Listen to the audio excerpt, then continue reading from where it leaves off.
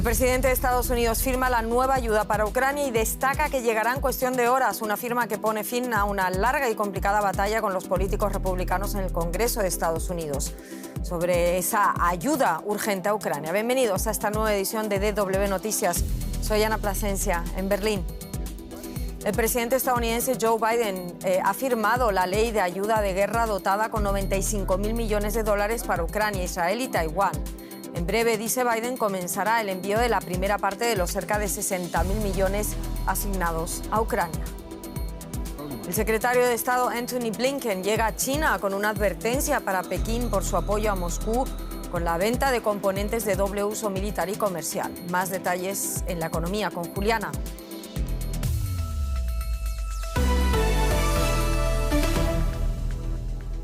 El presidente estadounidense Joe Biden firmó la ley que autoriza el envío de miles de millones de dólares en ayuda militar a Ucrania. Se produce después de que el Senado aprobara un paquete de asistencia a Kiev valorado en 61.000 millones de dólares, poniendo así punto y final a meses de obstáculos interpuestos por el Poder Legislativo. Biden asegura que los suministros empezarán a llegar muy pronto a Ucrania. Me estoy asegurando de que el envío comience de inmediato. En las próximas horas, literalmente en unas horas, comenzaremos a enviar equipamiento a Ucrania, munición para la defensa antiaérea, artillería, sistemas de misiles y vehículos blindados. Este paquete es una inversión no solo en la seguridad de Ucrania, sino en la de Europa y la de Estados Unidos. Pero los esfuerzos de la administración Biden por ayudar a Ucrania a repeler esos ataques de Rusia han sufrido varios reveses y meses de negociaciones, retrocesos y bloqueos en el Congreso. José Díaz Briceño en Washington. Conocemos además, según revela el asesor de Seguridad Nacional de la Casa Blanca, que el presidente estadounidense Biden envió en secreto ya en marzo a Ucrania misiles de largo alcance, y eso antes de toda la aprobación de la ley en el Congreso. ¿Qué más sabemos y qué reacciones llegan de los Estados Unidos sobre la firma hoy de esa ayuda? Un proceso que el propio presidente Biden aseguró debió haber sido más fácil y más rápido. Recordemos, esta ayuda para Ucrania en específico llega 8 meses después de que el propio presidente Biden lo solicitara. Y en ese transcurso, de acuerdo con los analistas aquí en Washington, se considera que las fuerzas militares ucranianas han sufrido algunas bajas importantes y pérdida de algunos territorios. Y es por eso que el envío de distintas piezas de artillería, municiones urgentes en estas próximas horas es ya considerado como un hito aquí en la capital estadounidense. En específico, sobre los misiles de largo alcance, el Departamento de Estado confirmó abiertamente que el presidente Biden lo había aprobado en secreto desde febrero, que fueron enviados como parte de un paquete de ayuda en marzo y que llegaron a territorio ucraniano apenas este mes. De acuerdo con el vocero del Departamento de Estado, Vedant Patel, estas municiones de largo alcance, estos misiles, habrían ya sido usadas en territorio ucraniano para combatir a las fuerzas rusas. Hay que decir que, de acuerdo con el propio Departamento de Estado, esto se mantuvo en secreto debido a que al propio gobierno de Volodymyr Zelensky lo pidió para evitar cualquier sorpresa contra sus tropas. José Díaz Briceño, muchísimas gracias. Un saludo hacia Washington. Las autoridades municipales de Kharkov, la segunda mayor ciudad ucraniana, afirman que 6 personas resultaron heridas por el último ataque ruso perpetrado con 2 misiles de largo alcance. El bombardeo dañó autos y edificios, así como la red de gas natural en el centro de la ciudad. Se está intentando restablecer ahora el suministro de gas en las zonas afectadas. Rusia sigue castigando la región nororiental ucraniana de Kharkov, mientras Ucrania espera recibir lo antes posible más sistemas defensivos Patriot y nueva ayuda de Estados Unidos, y además Ucrania necesita movilizar a más soldados. Vamos a conectar con nuestra enviada especial Carolina Chimoy en Kiev. Carolina, acércanos a esa nueva ley de movilización en Ucrania y si va a conseguir reactivar al ejército ucraniano.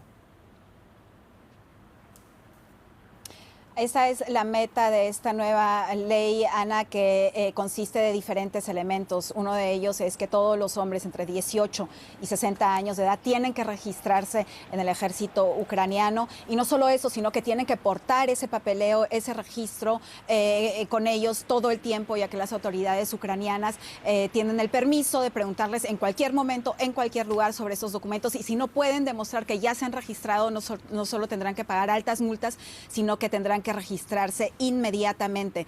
Pero no solo eso, sino también los hombres en este rango de edad, entre 18 años y 60 años, que viven en el extranjero, no podrán renovar sus pasaportes en consulados ucranianos antes de registrarse también en el ejército ucraniano. Con esto, el ministro de Relaciones Exteriores, Kuleba, dijo que espera no solo saber cuántos hombres que podrían potencialmente servir en el militar ucraniano se encuentran en el extranjero, sino que también dice que el vivir en el extranjero no puede ser una excusa para no servir a su país, que se encuentra en estos momentos en guerra. Además, la edad para servir, Ana, ha sido bajada de 27 años de edad a 25 años de edad. Estos diferentes elementos pretenden, claro, tener una cierta estabilidad en uno de los puntos que Ucrania necesita urgentemente, que es más soldados al frente. Más soldados al frente y más ayuda militar. ¿Cuáles son las reacciones, Carolina, de Ucrania a esa ayuda de Estados Unidos que aparentemente promete enviar equipos militares en las próximas horas, como anuncia Joe Biden? Exacto, en las próximas horas, y esto es posible porque parte de este equipo militar, Ana, ya está estacionado en Alemania o en Polonia. Por eso en cuestión de días va a llegar la ayuda a Ucrania, y claro que las reacciones han sido muy positivas. El presidente Zelensky dijo que han sido 6 meses de arduas conversaciones y negociaciones entre el gobierno ucraniano y el gobierno estadounidense, donde este paquete de ayuda estaba estancado, recordemos, en el Congreso. Ha recibido finalmente luz verde, y no solo eso, sino como mencionabas, el presidente Biden también ya lo ha firmado. Además de la ayuda militar que significa esto, también, claro, es un apoyo moral, tanto para los ucranianos como también para los soldados al frente. Ahora todos notan que nuevamente tienen el apoyo de Estados Unidos, y no solo de todos los estadounidenses, sino también de los republicanos más conservadores, porque recordemos que también ellos le han dado luz verde a este paquete de ayuda en el Congreso de Estados Unidos. Carolina Chimoy, muchísimas gracias por todo esto. Un abrazo, cuídate. La justicia alemana confirmó este miércoles que ha abierto investigaciones preliminares contra el eurodiputado de la formación de ultraderecha Alternativa para Alemania, Maximilian Krah, sospechoso de haber recibido pagos desde Rusia y China. La semana pasada, algunos medios alemanes publicaron que Krah había sido interrogado en diciembre por el FBI sobre posibles pagos desde el Kremlin. El pasado martes, las autoridades alemanas detuvieron a uno de sus empleados por presunto espionaje para Pekín.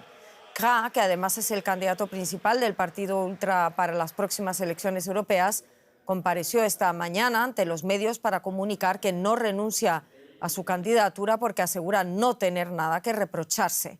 No obstante, la directiva de su partido ha cancelado su presencia en todos los actos de campaña y ha retirado su fotografía de todos los carteles electorales. Desde nuestro estudio parlamentario nos amplía informaciones nuestra compañera Paola Álvarez. Son muchas las voces que habían pedido una investigación, y es que no es la primera vez que el eurodiputado está en la mira por sus relaciones, especialmente con China. Se dice que incluso ha sido uno de los actores fundamentales para perfilar una postura cada vez más favorable a Pekín dentro del partido ultraderechista Alternativa para Alemania, y algunos medios alemanes lo han relacionado directamente con la creación de lobbies de presión germano-chinos. Lo publicó el portal T-Online en una investigación propia hace 6 meses. Además, Krah ha caído en varias contradicciones recientemente sobre quién ha corrido con sus gastos en algunos viajes a China. En una entrevista muy reciente con un youtuber conocido aquí por la sátira política, confesó que Pekín pagó sus hoteles y gastos menores, pero que él costeó su propio vuelo, mientras en declaraciones a Bruselas había dicho lo contrario. La Fiscalía de Dresde ha sido la encargada de confirmar que existen 2 investigaciones preliminares independientes, una por supuestos pagos desde Rusia, otra por supuestos pagos desde China. También aclaran que ambas se abrieron previas a la detención del empleado de Krah acusado de espionaje, y también se ha aclarado desde la Fiscalía que por el momento se trata de examinar si existe o no una sospecha real de conducta delictiva en cada uno de los casos. Bueno, hablamos de visitas delicadas, seguimos hablando de China, la economía con Juliana. Y esta es una de alto nivel, Ana. Se trata en este contexto de tensiones entre los Estados Unidos y China. El secretario de Estado Antony Blinken visita a Pekín con la intención de tratar asuntos controvertidos entre ambos países, incluido el apoyo militar de China a Rusia.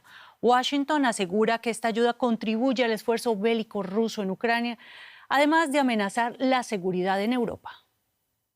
¿Cómo poner límites a una relación tan cordial y amistosa?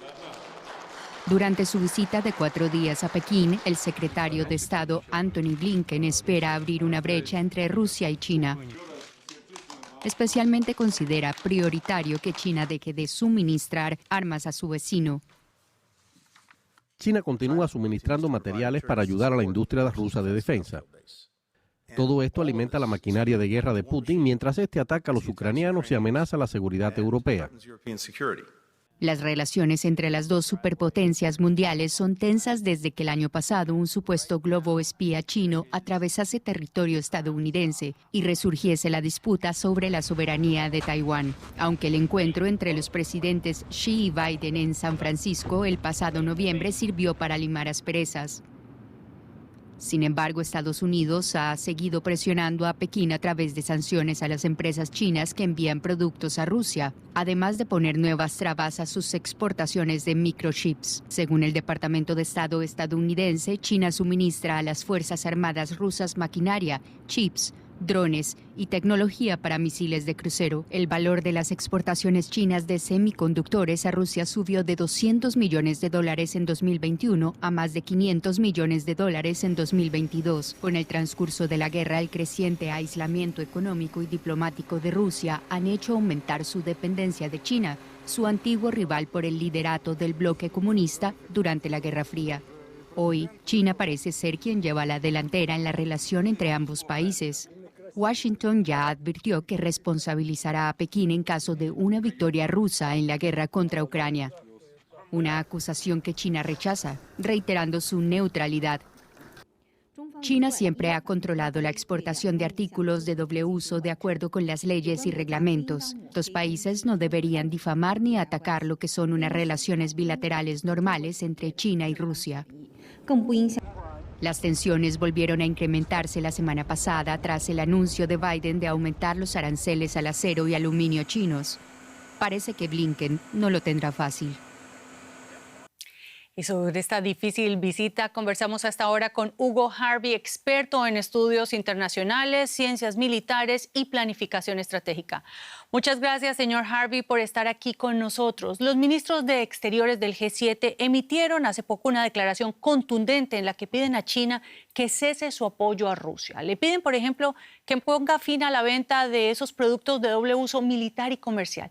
¿Qué posibilidades de éxito puede tener la misión de Blinken de erosionar ese eje Moscú-Pekín? Sí, hola, Juliana, buenas tardes. Gracias por invitarme, un gusto estar con ustedes.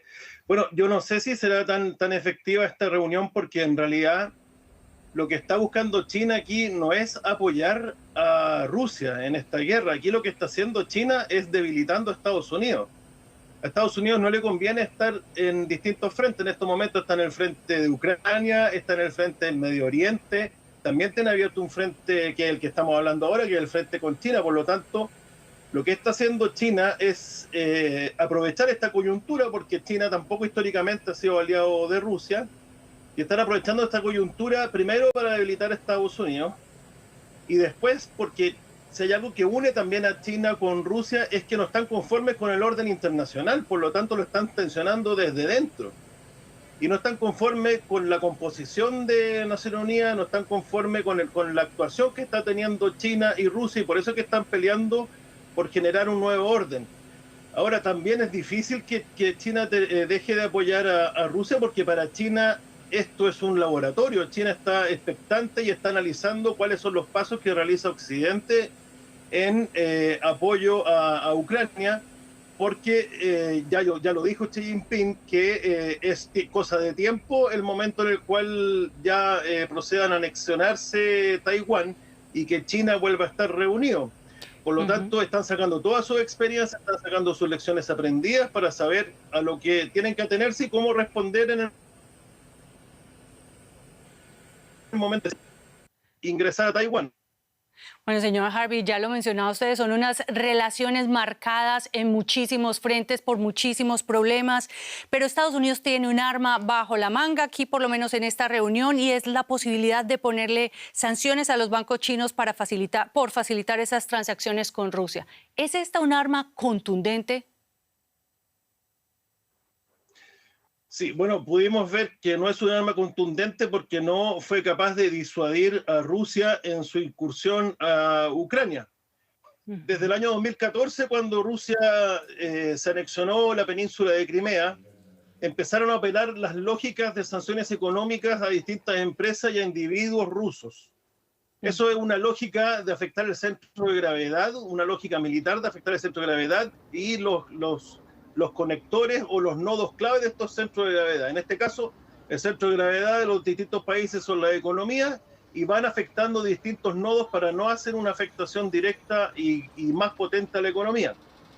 Esto fue preparándolo Rusia, por lo tanto, las sanciones que se le podrían aplicar no fueron disuasivas ni tampoco doblegaron a Rusia en su incursión en Ucrania, y también China está haciendo lo mismo. China también está estudiando cómo reaccionar a las sanciones ante bancos, cómo reaccionar ante sanciones ante empresas, y lo otro que China ya ha migrado y ya tiene este sistema paralelo al SWIFT, que es el sistema CIPS. Ok, bueno, esto es muy interesante, señor Harvey. Muchísimas gracias por este análisis y muy seguramente seguiremos hablando de los resultados de esta visita en una próxima ocasión. Y el gigante informático Google despidió a 20 de sus empleados que participaron en la huelga de varias horas llevada a cabo en varias sedes de la compañía. Las personas despedidas se añaden a los 30 trabajadores que fueron cesados la semana pasada. El motivo fueron las protestas en las oficinas de la compañía en Nueva York y Sunnyvale, donde los empleados de Google se manifestaron contra los contratos firmados por la empresa con el gobierno israelí. Según denuncian los trabajadores de la empresa, esta cooperación facilitará el uso de inteligencia artificial y otras tecnologías por parte de Israel en la guerra de Gaza. Un proyecto controvertido que mueve fichas en el mercado de las tecnológicas, y nosotros nos vamos hasta Nueva York con mi colega Ana Nieto, quien nos pone en perspectiva este tema. Ana, un gusto saludarte. Cuéntanos exactamente a qué se refiere ese proyecto Nimbus. Pues, Juliana, el proyecto Nimbus es un contrato valorado en $1.200 millones en el que participan Google y también Amazon, y que está diseñado para proporcionar servicios y software en la nube a varios ministerios israelíes. Es algo que permite almacenar y analizar datos, además de entrenar inteligencia artificial. Está en marcha desde el año 2021. Quienes protestan este contrato aseguran que con él se está apoyando al ejército israelí. Hace unos días la revista Time Magazine publicaba que se proveen servicios al Ministerio de Defensa, que tiene así acceso a datos y a inteligencia artificial. Google ha presentado siempre el proyecto Nimbus como de uso civil para ministerios como el de Educación, el de Transporte o el de Salud, y en distintos medios ha dicho que no hay servicios clasificados o altamente críticos en relación a armas o servicios de inteligencia. De todo ello, por supuesto, se está hablando cuando en los medios israelíes se ha puesto en evidencia que el ejército israelí está utilizando inteligencia artificial para atacar Gaza. Bueno, Ana, y ahora volviendo a la empresa, ¿es frecuente que se despida a trabajadores por este tipo de manifestaciones? No, Google primero despidió a un trabajador que protestó en una conferencia, luego a 28 más que participaron sentadas en protestas en las oficinas tanto de California como de Nueva York, y en los últimos días a otros 20. No todos los despedidos participaron en esas protestas, y los trabajadores que pertenecen a un grupo que se llama No Tech for Apartheid consideran que es un acto de represalia. Los trabajadores dicen que no tienen derecho a saber cómo se está utilizando su labor y quieren asegurarse que no es para causar daños. No es frecuente este tipo de despidos, como te decía antes, y de hecho en el año 2018 una protesta de los trabajadores impidió que Google firmara un contrato con el propio Ministerio de Defensa, el Departamento de Defensa de Estados Unidos. En otras empresas de tecnología como Meta se está disuadiendo a los trabajadores que hablen de la situación en Oriente Medio o que pidan el cese a un alto al fuego. Además, se está creando un cierto ambiente de tensión porque circulan listas de trabajadores simpatizantes con la causa palestina, como ocurre con los listados de Canary Mission con los estudiantes. Muchas gracias, Ana Nieto, por estos análisis y hasta una pronta oportunidad.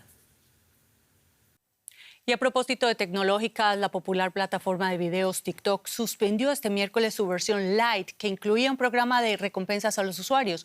Esto después de que la Comisión Europea amenazara a la compañía precisamente con la suspensión por haber lanzado la nueva aplicación en España y Francia sin haber publicado antes el informe de análisis de riesgo tal y como lo obliga la ley europea. La semana pasada, la Comisión Europea había exigido explicaciones a TikTok por sospechas de generar conductas adictivas y tóxicas. La aplicación TikTok Lite es en realidad una versión reducida de TikTok diseñada para ahorrar volumen de datos a los usuarios. Se centra en el video y, a diferencia de su aplicación hermana, que se convertirá en una aplicación multifuncional en varios países, por ejemplo, con funciones de compra. Bueno, y dejamos a TikTok para hablar de España, donde también pasan cosas, Ana. Sí, muchísimas turbulencias en España, y es que su presidente, Pedro Sánchez, ha cancelado toda la agenda política que tenía en los próximos días y ha anunciado su intención de reflexionar, ha dicho, sobre su permanencia en el cargo. Ese anuncio llega tras una denuncia contra su esposa por presunto tráfico de influencias. A través de la red social X, Sánchez asegura que está pensando seriamente en dimitir tras los ataques sin precedentes a su esposa y denuncia una estrategia de acoso y derribo por parte de los conservadores y la ultraderecha. En el poder desde 2018, Pedro Sánchez indicó que comparecerá ante los medios de comunicación el lunes. El líder del PSOE se pierde el arranque de campaña en Cataluña y también podría ausentarse del Comité Federal de su partido previsto para el sábado. Un líder que durante tantos años ha superado numerosos obstáculos para poder gobernar, ha generado ahora un terremoto político en España con su disposición a presentar su renuncia.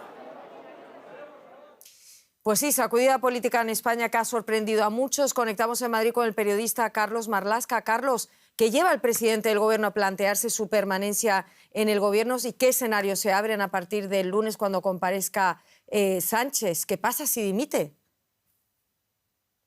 ¿Qué tal? Buenas noches. Bueno, como comentabais previamente, es esa apertura de diligencias previas de un juzgado de Madrid tras una denuncia de una asociación llamada Manos Limpias por un presunto delito de tráfico de influencias y corrupción en la empresa privada de su mujer. Además, acusa a la derecha y a la extrema derecha de una campaña sin precedentes y de haber estado todo este tiempo considerando que su función como presidente del gobierno, su elección como presidente del gobierno del año pasado no era legítima. Las posibilidades que se abren son varias. La primera es que sea el propio presidente el que convoque elecciones, que tendría que ser, de acuerdo a los plazos que marca la Constitución, el 30 de mayo, y a partir de ahí 54 días después podrían celebrarse los comicios. Y la siguiente es que haya un gobierno en funciones. En ese caso ocurriría algo similar a lo que ocurre al finalizar un proceso electoral. Se abriría una ronda de consultas de la que tendría que salir un candidato que se sometería a una primera votación para la que necesitaría una mayoría absoluta del Congreso, y si no lo logra, en el plazo de 2 meses habría otra votación que necesitaría una mayoría simple. Si no la logra, se convocarían elecciones. La tercera posibilidad que puede ocurrir es que el presidente se someta a una cuestión de confianza que puede versar sobre su programa electoral o sobre una cuestión concreta. Carlos, vamos a ver, sabemos que el juez admitió a trámite esa denuncia sobre la esposa del presidente. Ya me has adelantado un poco. Según informes de prensa, la denuncia no incluiría pruebas de un supuesto tráfico de influencias. No sé si me puedes hablar un poco más de eso y de quién es el denunciante. Ya me has adelantado un poco.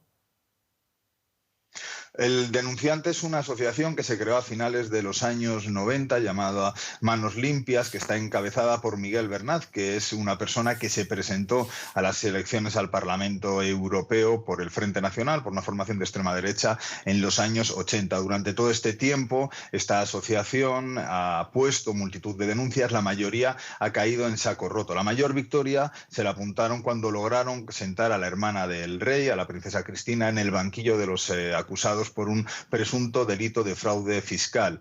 A mediados de 2016, el propio Miguel Bernat fue condenado, pero ha sido absuelto hace un mes, y después de esa absolución la asociación ha logrado coger aire, y eso le ha servido para esta denuncia contra la mujer del actual presidente del gobierno, que sin lugar a dudas es otra de sus grandes victorias.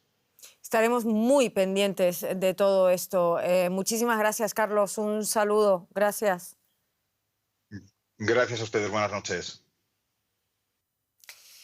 Los pasajeros de un vuelo de Lufthansa con destino a Los Ángeles pasaron 20 minutos de miedo cuando su avión intentó aterrizar en el aeropuerto de la ciudad el martes.